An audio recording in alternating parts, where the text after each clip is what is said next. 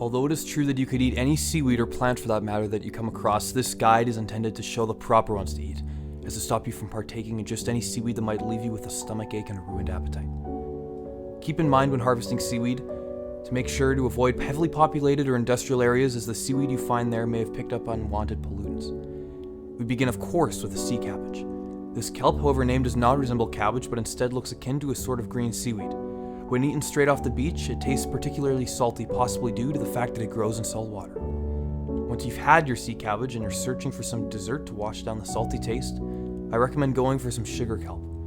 This light brown kelp is a distinct shade of light brown.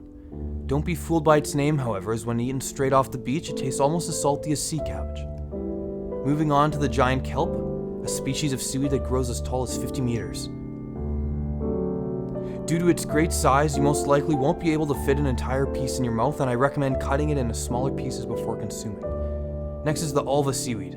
Due to the seaweed's thin, paper-like shape and rough texture, eating it rather feels like eating a piece of green cardstock that has been dipped in salt water.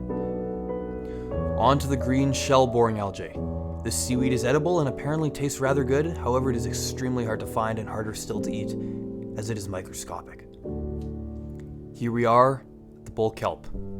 Bull kelp closely resembles green, slimy, cheerleading pom-poms, except that the handle of the pom-pom is up to 36 meters long. Although bull kelp is technically considered edible by the scientific community, please do not eat it. We had a long debate on whether or not to put it in the list and eventually agreed that it could stay only if we gave viewers a stern warning. Last and least comes the feather boa kelp. This kelp breaks the mold in terms of seaweed and actually resembles a feather koa. However, as well as looking like a feather boa, it tastes almost identical to one as well. And in terms of functionality, when dried out, it ends up feeling rather scratchy. We hope this guide has taught you something you didn't know before, and we encourage our viewers to go out and try some wild seaweed for themselves. Goodbye and good night.